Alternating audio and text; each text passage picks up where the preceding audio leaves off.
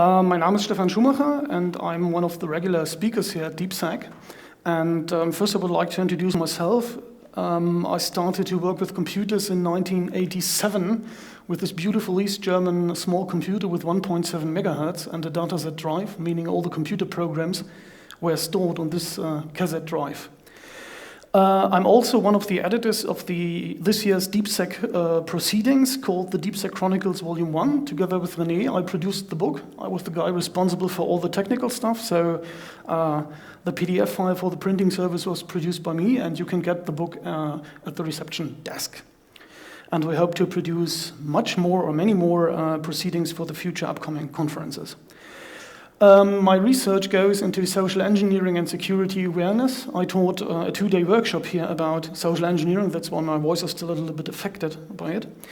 But we also do research in the field of psychology of security, meaning we do try to develop a didactics of security and cryptography. We do qualitative research about the construction of security in individuals. How do people create their concept of security? Why are they not affected, for example, by the Snowden leaks and other stuff? And currently we are doing programs in Germany with several government authorities and other offices about IT security in very small enterprises, meaning we talk about businesses that don't even have IT staff, they don't even have system administrators, and how are they supposed to do IT security? And that's where our data privacy laws come into play.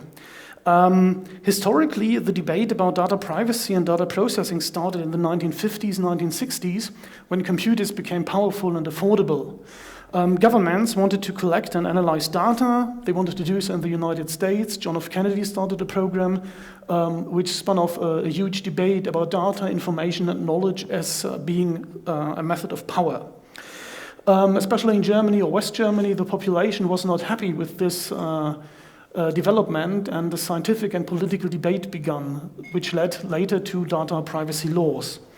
The first data privacy law worldwide was introduced in the German federal state of Hesse in 1970 and was made into a federal law in West Germany in 1977. A debate about data privacy did not exist in East Germany because we had slightly different problems with privacy and monitoring. In 1981, every West German federal state had a data privacy law installed and introduced. The data privacy laws are based on the concept of so-called informational self-determination, which was a concept developed in the German discussion about data and privacy. And I want to cite this text in the context of modern data processing. The protection of the individual against unlimited collection, storage, use, and disclosure of his or her personal data is encompassed by the general personal rights of the German Constitution. This basic right warrants in this respect the capacity of the individual to determine in principle the disclosure and use of his or her personal data.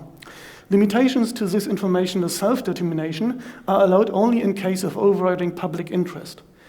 That means we have the concept that I can say what or who or what has access to my data about my life, my personal information, my name, my address, my gender, my sex, my health status, and everything else.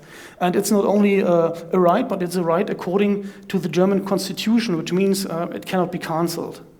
It is protected by constitutional rights. So to sum it up, what does it mean? Administration or federal offices or government offices and companies are not allowed to gather data about persons or about me. Administration and companies are not allowed to process data about me, and they are not allowed to share data with others about me, unless they are legally allowed to, unless a law is saying they are allowed to do so. For example, when I buy something at an online shop, at a mail order retailer, they are legally allowed to process my address to send me an invoice and to send me the package. Or if I agree to it in written form and with certain limitations. They cannot force me to underwrite an agreement that they are allowed to process my data. For example, when I want to buy stuff, they are not allowed to force me to allow them to use my data for marketing. That has to be an active opt-in. I have to opt in, and I have the right to not give the allowance to process my data for marketing purposes. The main concepts of data protection we have in Germany as defined by the laws is that data processing, data gathering is prohibited with the reservation of authorization, which means it is forbidden unless it is allowed by law or by the person affected. We also use the concept of data reduction and data economy. If you don't need the data, or if you don't need the data, you are not allowed to gather it or to process it. The third point is the so-called necessity. If the data is not necessary to fulfill your task, you are not allowed to gather it. For example, you're not allowed to ask me for my birthday if you just want to send me an invoice, because for sending an invoice you don't need the data, or you don't have to know the date of my birthday.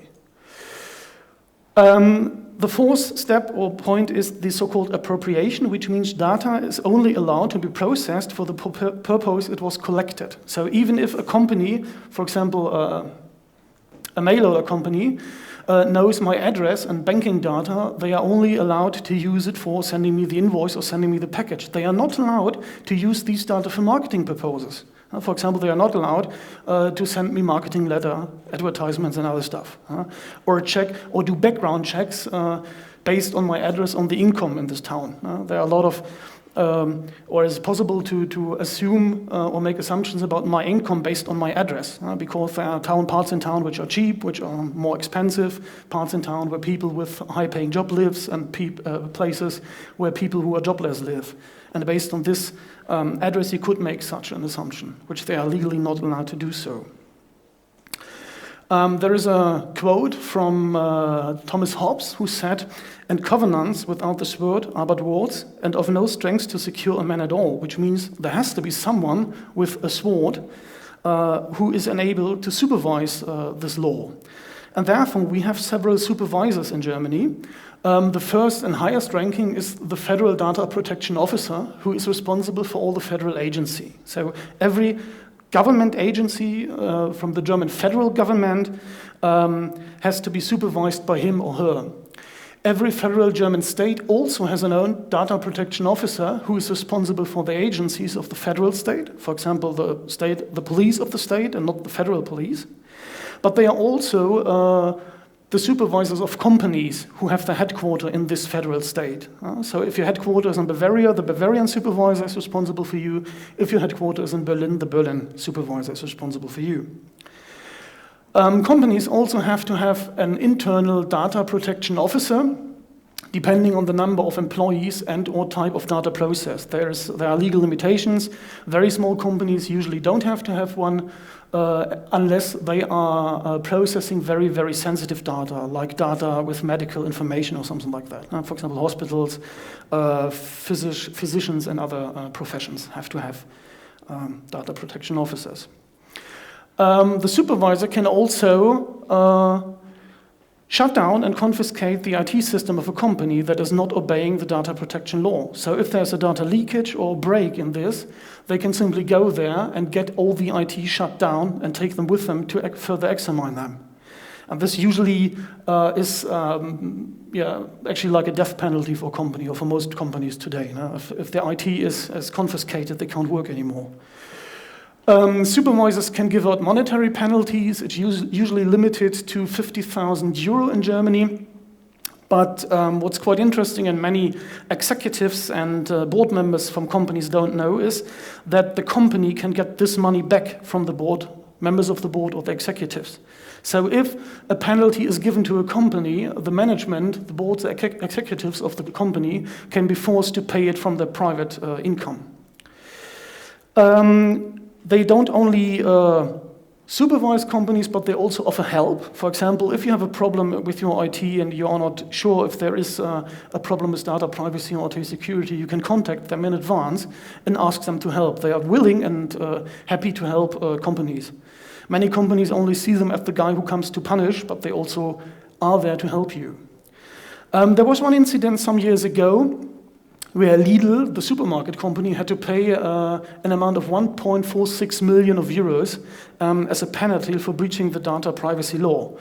It amounts to 1.46 million euro because there were several Lidl sub-companies. They are broken down regionally, and some of them hired private investigators to look for theft in stores, and they also monitored the people working there, which they were not allowed. They installed cameras in the changing rooms and in the toilets, and therefore they get a very huge penalty by the data protection officers of their responsive federal country or federal state. Companies who have to have an in-company data privacy officer have to have one who checks the data privacy measures of the company. It's his responsible to check all the privacy measures and also the IT security measures with regard to data privacy. The data privacy officer in a company has to report directly to the board and or the executive, depending on the legal form of the company, depending if you are a shareholder company or another form. But interestingly, the data privacy officer has no power to direct. He can only give his report to the board, and the board has to take the actions. This also means that the data privacy officer in person is not reliable or is not responsible for data leakages and other problems. It's always the problem of the board or the executive managers, the C-level executives. To protect the data privacy officer, he cannot be fired unless there are very severe reasons, like he stole money from the company or other stuff. Unless this happens, he cannot be fired for being a data privacy officer. That's to protect the data privacy officers, because they usually want the company to do very unpopular stuff that costs money, that hinders the work of the people working there, or they assume that it hinders them, and other things. According to the law, the data privacy officer has to be reliable and skilled. That's all that the law says. One can debate what reliable and skilled means. Skilled in this context means he has to understand IT, he has to understand IT security, he has to understand laws, which can get very, very complicated. I'm working as an external data privacy officer for companies, and we're currently working for a hospital, and there are special laws for hospitals because you have very, very sensitive data, and the legalese in these documents can get really, really hard, and you have to understand it, and you have to become half of a lawyer on your own. You also have to understand the IT, and you have to understand what kind of data is there. Right? So you have to know what all the physicians talk about when they use their IT systems. Most companies usually use an external consultant because there are companies or people who offer these services. They are trained in it, they know what to do. Bigger companies usually have lawyers and IT security experts working together, and it also is usually cheaper because the internal data privacy officer has to be in power for usually 3 to 5 years, and that means you cannot fire this employee. If you use an internal data privacy officer, he's protected for at least 3 to 4 years. And that is something many companies don't want, so they rely on external consultants. One of the measures, or one of the things the data privacy law wants to do companies is a so-called directory of procedures. It's a directory, it's a paper, which is required if personal data is processed, which usually affects every company. There is no company that does not have personal data, and be it just the banking account information of their own employees. It's personal data, and therefore they do need a data privacy officer and the directory of procedures.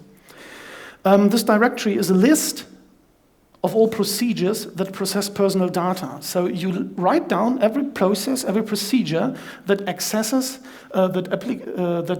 accesses personal data. For example, this happens usually in the application process. People who apply for a job in your company usually send in personal data, their application letters, and they have to be protected. The access has to be limited to these letters. Not everyone in the company has to have access to these letters, only those who are directly involved in the hiring process. Personal records of your employees. Email can be private if your company members or your employees are allowed to use email personally for personal purposes. Then the email is private and is also protected. That means you cannot directly access their email accounts. Another typical topic are disciplinary warning letters. They have to be stored in the files, but not everyone has to know about them, and not everyone has the right to access them. The directory of procedures is usually parted in 2 parts. The first part is a so-called public part, which has to be handed out to anyone who wants one. So if you have a company and you're processing private data, anyone can ask you Habt ihr ein anderes Kabel? Jo. Anyone can ask you to get this directory and all the processes and procedures which are written down there. The second part of the directory is the so-called internal part.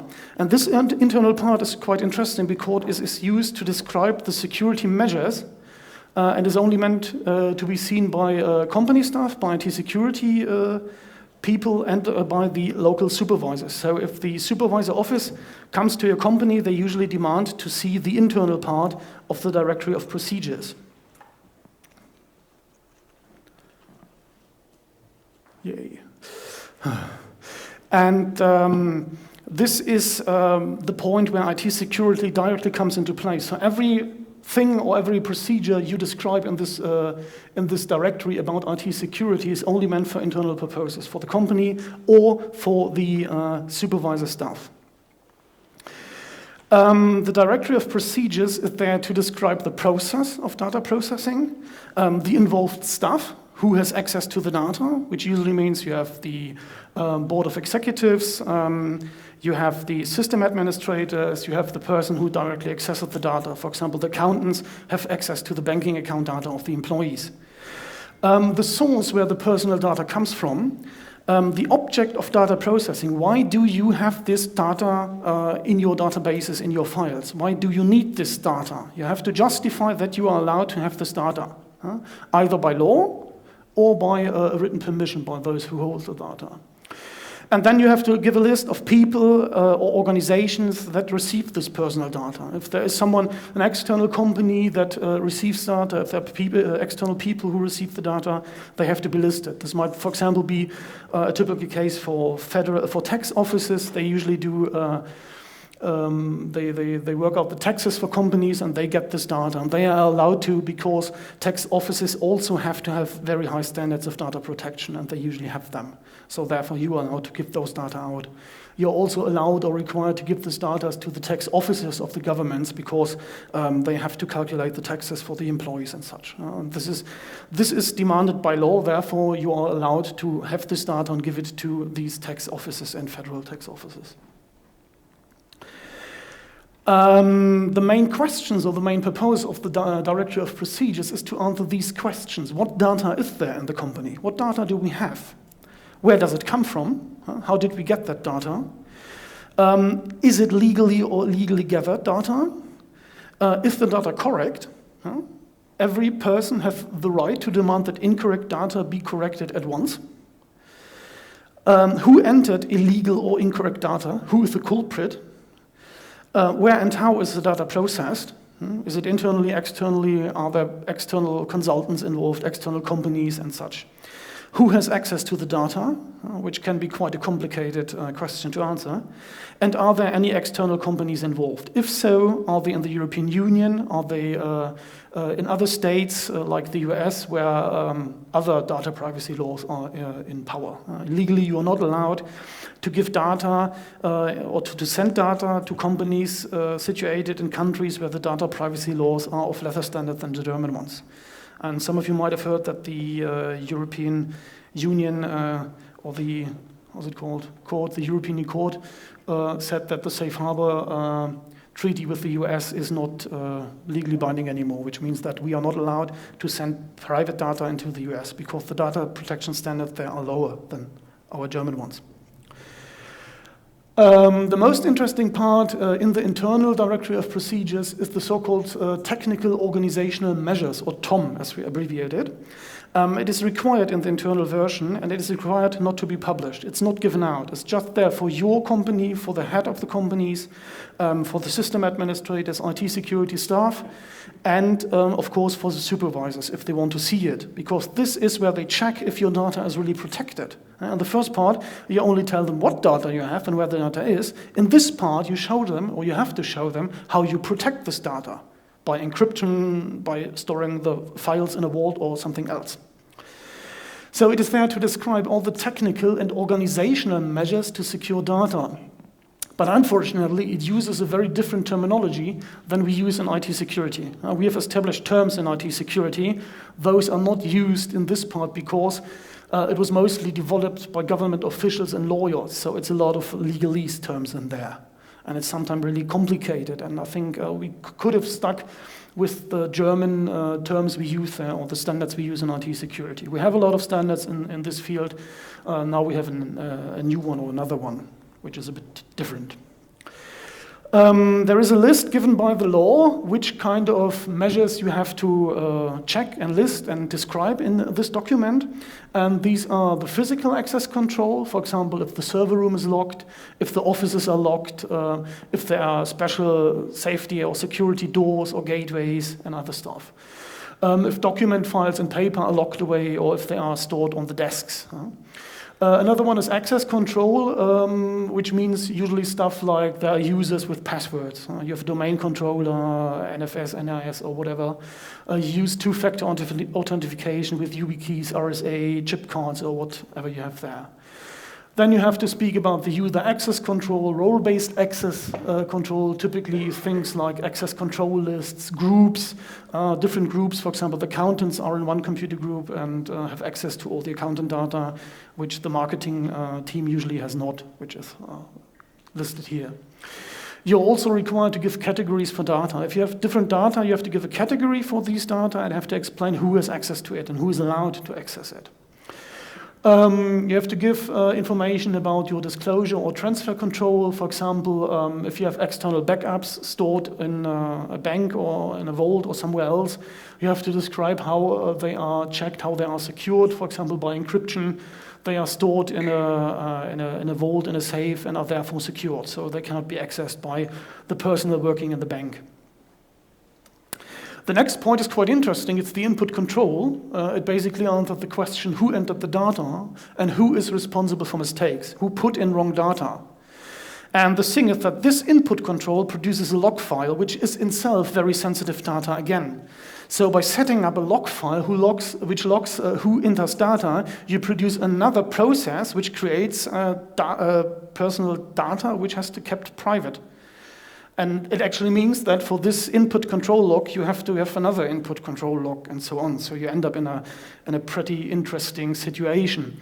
This is also very problematic because technically you could log every key pressure or every key hit on a keyboard, which would allow you to supervise or to monitor your employees. You could check if they type fast enough, if they make breaks, if they are not working, and this is very, very sensitive data, which is actually a conflict with the idea of data privacy and data protection. So we usually, in companies, we usually set up a list of people who are allowed to access and input data and keep this list. And technical measures are very, very complicated. So actually, from a technical point of view, we could use keyloggers, but these would be against the law. Another thing is commission control. If you give out data to external processors, to, for example, the tax office, you have to legally require them to follow the German data privacy law, BDSG, and they have to obey your orders. So they have basically guarantee you in writing that they will obey to the data privacy laws, and they will not have data leakage, data breaks, and so on. The next step is availability control, which means you have backups, you may have redundant systems, hot standby systems, UPS, and so on, which is basically just a part of IT security. And the last step or point is a segregation control, which means data collected for different purposes has to be stored and processed segregated. For example, you are not allowed to mix up your current clients and potential clients in a database where you cannot tell who is who. For example, if you send out a newsletter to your clients, you have to have a database for your clients which is segregated from those who are only potential clients or interests. Because you have to tell at every time if someone is a client or not. If some potential client becomes a client, you can put him into the next database or into the other database, but you're not allowed to mix them because you at every time have to be able to tell if some data belongs to a client or a potential client, which can get also pretty complicated in several smaller companies because many of them put all the data in an Outlook or into Word and Excel files, and you have absolutely no segregation in there. Now let's talk about data privacy and IT security. Data privacy and IT security are not the same. When we speak about data security or data privacy, we speak about more than just IT security. They do not cover the same fields, but they are interconnected. Of course, data privacy requires IT security. If you want to protect private data by encrypting, you have to speak about something like GNU-PG or setting up a private key infrastructure or something else. That is typically something we discuss in IT security. So IT security is required if you want to do data privacy.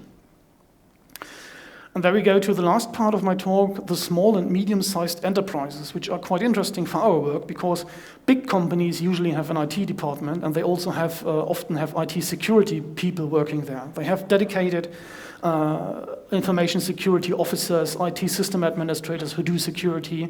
But we work with small, very small and medium-sized enterprises which often do not even have a system administrator. So if there is no one who does IT system administration, there's also no one who does IT security. And we are speaking about companies who have network setups. They don't even know how the network has been set up. Some external consultant has it done 10 years before, and they are still running on these Windows Server 2003 on a patch level from 2006. That's what we saw 2 weeks ago at a customer, so it's still there and living. There is a formal definition of what is a small or medium-sized enterprise in the EU. It's typically done by these three criteria. The staff headcount has to be less than 250 employees, the turnover has to be less than 50 million, and the balance sheet total has to be less than 43 million. Circa 60% of the German workforce work in small and medium-sized enterprises. Many people think that most of Germans work for Siemens or Volkswagen or other big companies, but most of our workforce works for small and medium-sized enterprises. And in my home state, Saxony-Anhalt, which is in former East Germany, all the big companies have been killed off in the process of reunification, and about 90% of our companies only have less than 10 employees. So we have an economy which is very, very, very small, or consists of very, very small companies. So we don't have much big companies, and we have the problem of talking to these very, very small companies with 10 and less employees. And you can imagine how many companies with 10 or less employees have system administrators or CISOs or other IT security guys. So the situation is we often have no IT security at small and medium-sized enterprises. There often even is no IT at all, no IT system administrator, no IT strategy, no IT staff. IT security awareness is non-existing. There is no such thing as security awareness in these companies. Even with all the Snowden papers and debates about OpenSSL Heartbleed and such, it is non-existent there.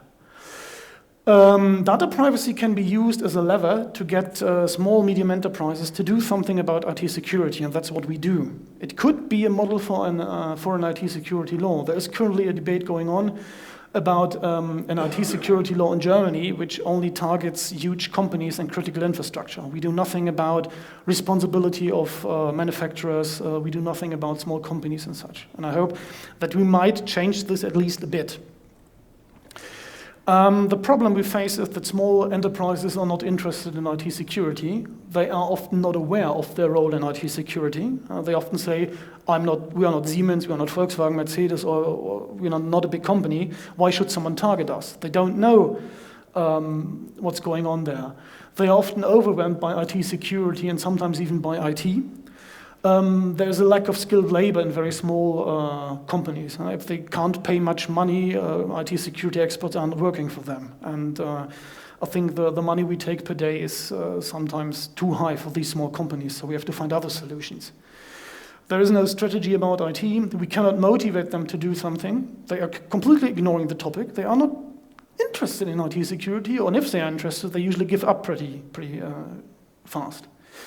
The consequences of security incidents are too far away for them, unfortunately. They cannot imagine what might have happened or what might happen to them in IT security incidents. What they typically say, we did some questionnaires, we did interviews with small enterprises, and they typically say, we are not important, like we are not Siemens, we are not Volkswagen or other big companies. No one wants to target us. No one will attack us. We are too unimportant for this. We haven't been attacked in the last 30 years. We had no security incidents. Oh, there were some viruses some years ago, but no other incidents. They don't even know that they might have had incidents. They don't even know if they're part of a botnet yet. or have been part of a botnet for the last 10 years. They don't know what to do. It's what they say in very small companies, we don't know what to do. IT security is too complex for us, which is true from their point of view. They are not IT security experts. They are not even IT persons. So the topic is very, very complex for them. And it's overwhelming for them. They don't know anything about botnets, script kiddies, Metasploit, and how easy it is to attack them. Setting up Kali Linux and Metasploit is so easy that a lot of attacks are basically done in this fashion.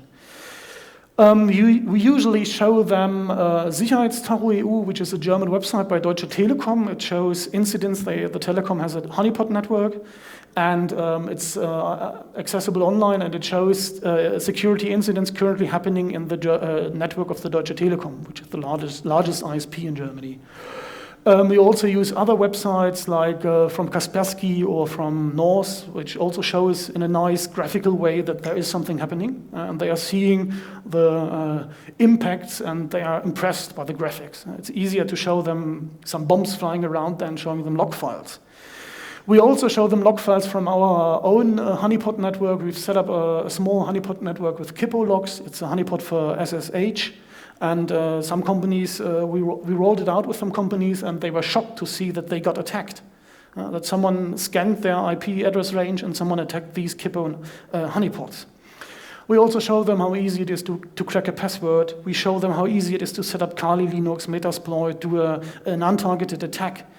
And basically, we did a training for teachers, and we told those teachers, basically, if your pupil is able to install a pirated computer game and to upgrade the graphics card, he is able to set up Kali Linux and attack your computer. And that's basically the situation we currently have. We show them security incidents that happen in Germany. We have reports given out by the police, by secret services about incidents that happened also in our small federal state that is not the industrial powerhouse of Germany. And they are usually shocked to see that even the Russian or Chinese secret services are working there. They attacked our universities, our research labs, and other companies. And then they get afraid. They are frightened. And then they give up. That's unfortunately what happens. They get afraid, they are shocked, and this state lasts for 1 or 2 hours, and then we have lunch or the dinner, and then they get usually fatalistic. There is nothing we can do anyways. It's too expensive, we don't know what to do, let's give up. Let's ignore the topic. No, don't discuss it, we don't know what to do, it's frightened me, so ignore it.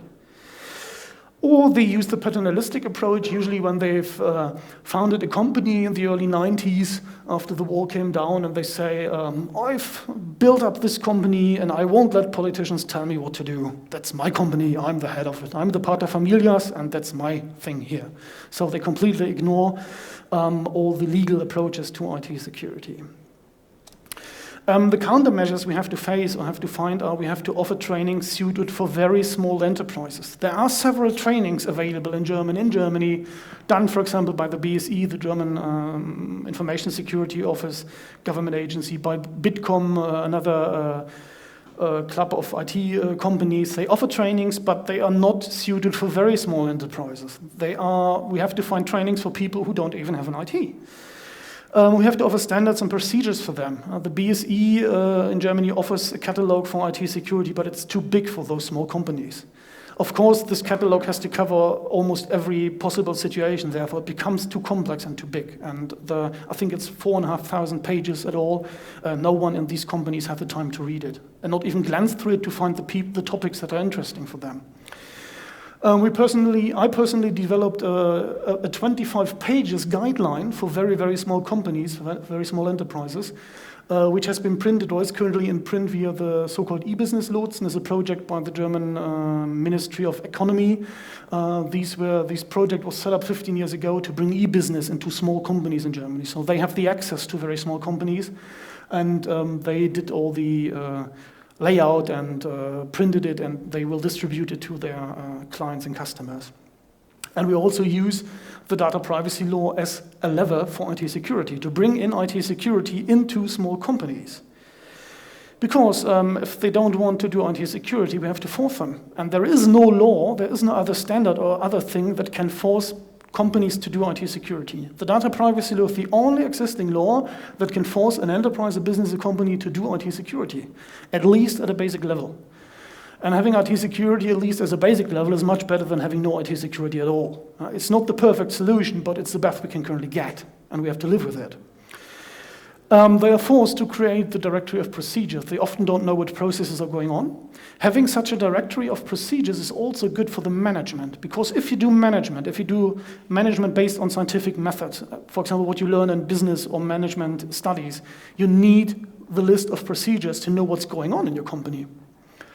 So sometimes they are just managing by their stomach or belly feelings and emotions, and they are not doing organized management.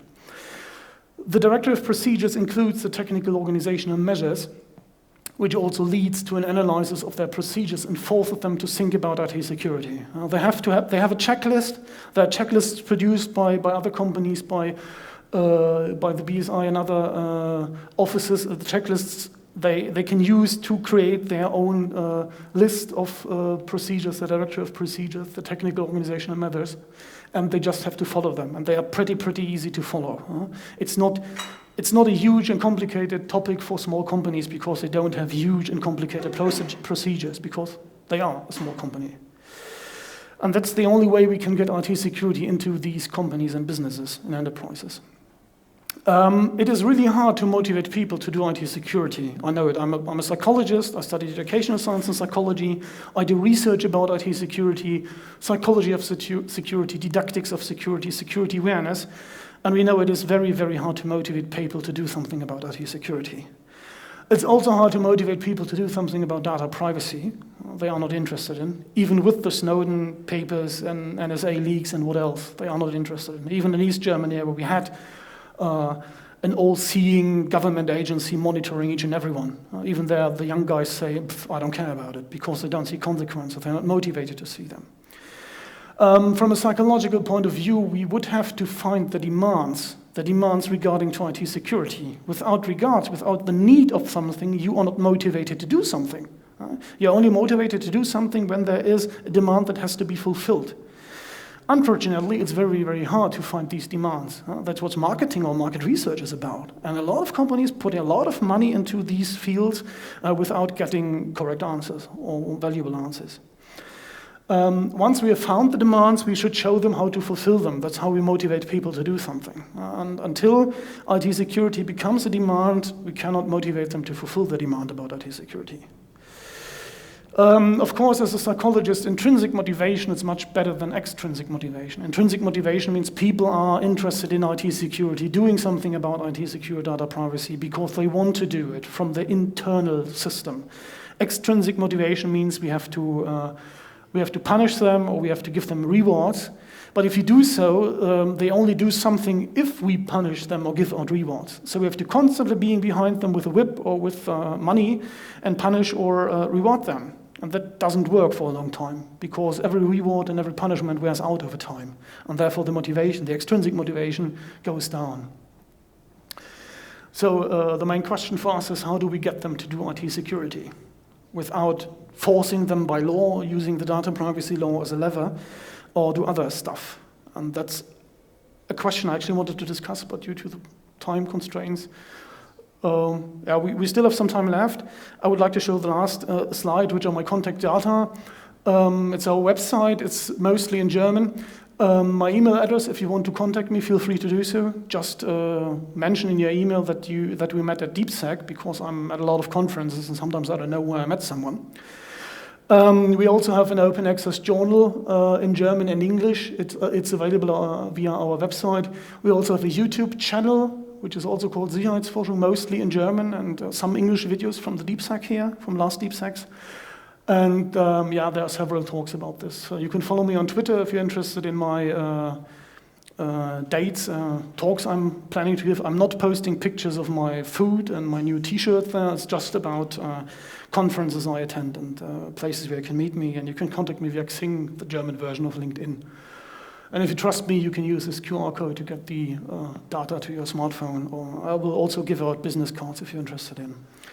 So I'm done with my talk. I had to shorten it a little bit, but if you want to discuss, I'm there. I will also be here tomorrow. I'll be at the speakers' dinner, and you can contact me via mail or other means of communication. First, thanks for the talk. Thank you. And then, since we had such a rough start, I guess we have some time for some questions. So if somebody has questions for this, then I have one. Are you also studying Austrian law in this regard? And absolutely no. I'm completely okay. busy understanding the German law. So. Okay, yes. And you are not working together with guys from Austria? Not yet, but yeah, maybe in the future. Interesting. Okay. Questions from the audience?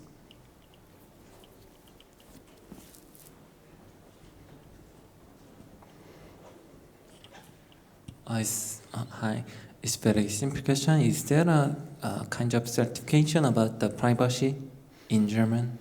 Certification about being a privacy officer, or? Any kind of. Yes. I mean, it's in law. It's like if some company have a very big data about the privacy. In that case, the company have to certificate. Something kind of. You can get a certification which is offered by private companies. For example, the German TÜV, which also checks the German cars. And other companies are giving out certificates, but they are not. There is no standard set by a law for these certificates. So it's just a private certification from a company which you have to pay for, which sometimes means that many companies might be interested in selling the certificates and not in actually testing them. There is no legally binding certification required for companies. They have to do what's stated in the law, and that's basically their certificate. But some companies who do data privacy or who work as data privacy officers offer such a certificate. And you can get computer programs if you are a developer. We have a customer who develops computer programs, and they got their product tested, checked, and certified by the so-called Datenschutzzentrum, Data Privacy Center in Kiel, which is a part of the Data Privacy Officer of the federal state of Schleswig-Holstein.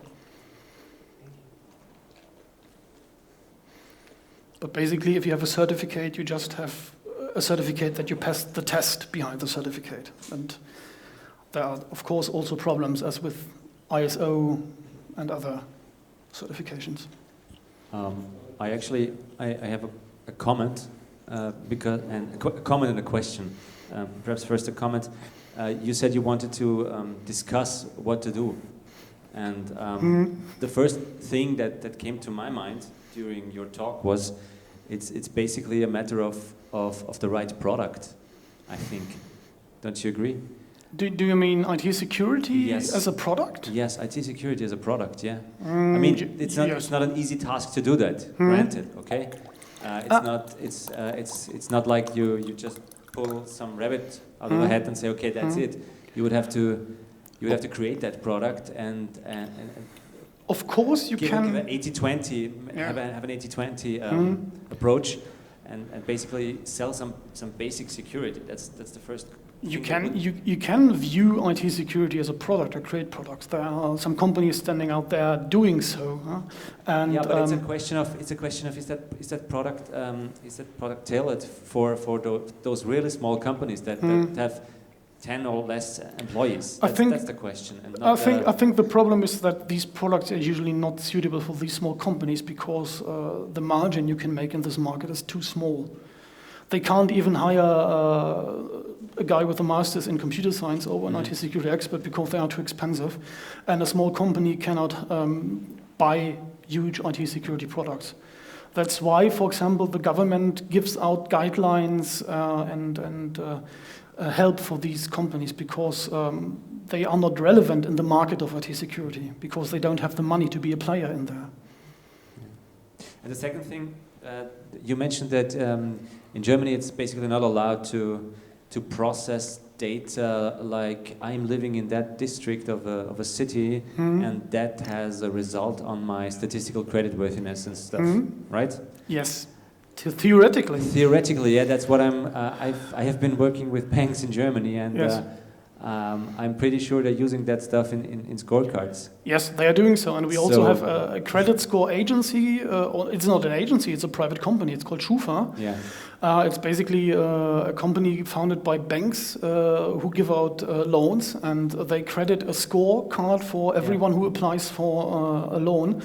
And they are usually under fire because no one knows how they calculate the score, and for not following the data privacy rules. But if you want to get a loan from a bank in Germany, you have to sign, you have to agree that your data has to be or can be sent to this company. Therefore, there is actually no way it's to get a legal loan. because you agree, you accept it. Yeah, you have to agree to it, you have to accept it, and it's basically a trade-off. You can get a loan without having the Schufa-Auskunft, without having this company involved, but then the loan will get much, much higher interest.